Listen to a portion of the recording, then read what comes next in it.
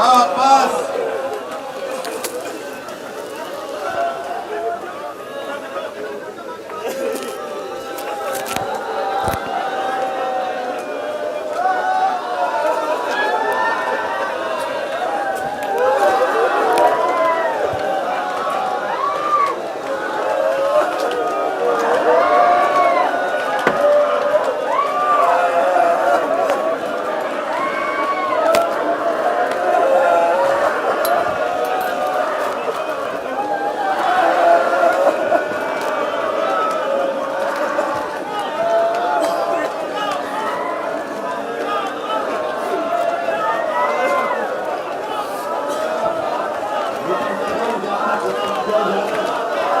متوجه زيارات صلى الله عليك يا ابا عبد الله السلام عليك يا ابن رسول الله